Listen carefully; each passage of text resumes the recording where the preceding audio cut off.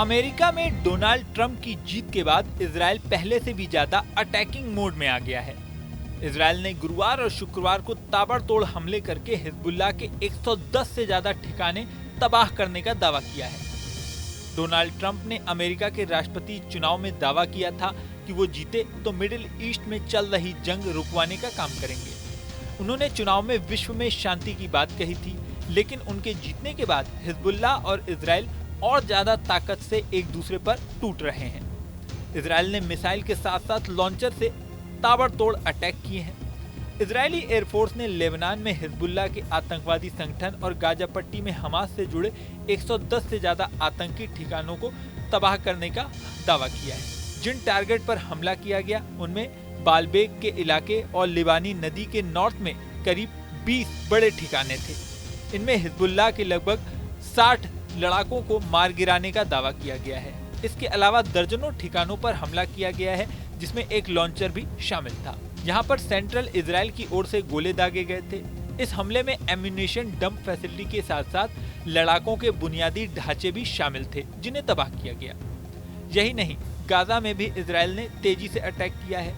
Hamas के खिलाफ उत्तरी गाजा में इजरायली सैनिकों का ऑपरेशन और तेज हो गया है।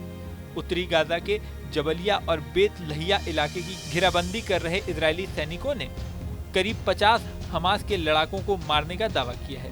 वहीं दक्षिणी गाजा के राफा शहर में भी सैनिकों ने कई लड़ाकों को खत्म कर दिया है। इन ताबड़तोड़ हमलों को देखकर दुनिया भर के सामरिक विशेषज्ञ आश्चर्य में हैं कि आखिर इजराइल ने ट्रंप की जीत के बाद हमले तेज क्यों कर दिए। आखिर इजराइल क्या संदेश देना चाहता है? इजराइल को अमेरिका से ही सबसे ज्यादा मदद मिलती है, फिर ट्रंप के वादे वाली लाइन से हटने की क्या वजह हो सकती है? वहीं हिजबुल्लाह भी रुकने का नाम नहीं ले रहा है। इजराइल के हमले के जवाब में वो भी धुआंधार अटैक कर रहा है।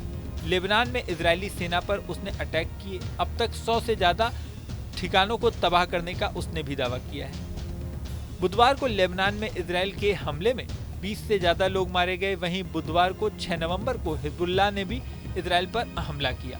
हिजबुल्लाह ने लेबनान के तेल अवीव के निकट 170 से ज्यादा रॉकेट दागे। इसमें एक रॉकेट सेंट्रल इजराइल में भी जाकर गिरा था। इजराइल और हिजबुल्लाह के बीच जंग में तेजी आती देख एक्सपर्ट जनवरी का इंतजार करने लगे हैं। दरअसल 20 जनवरी को अमेरिकी राष्ट्रपति को औपचारिक रूप से शपथ दिलाई जाएगी। इसके बाद वो अमेरिकी राष्ट्रपति के तौर पर औपचारिक कदम उठा पाएंगे।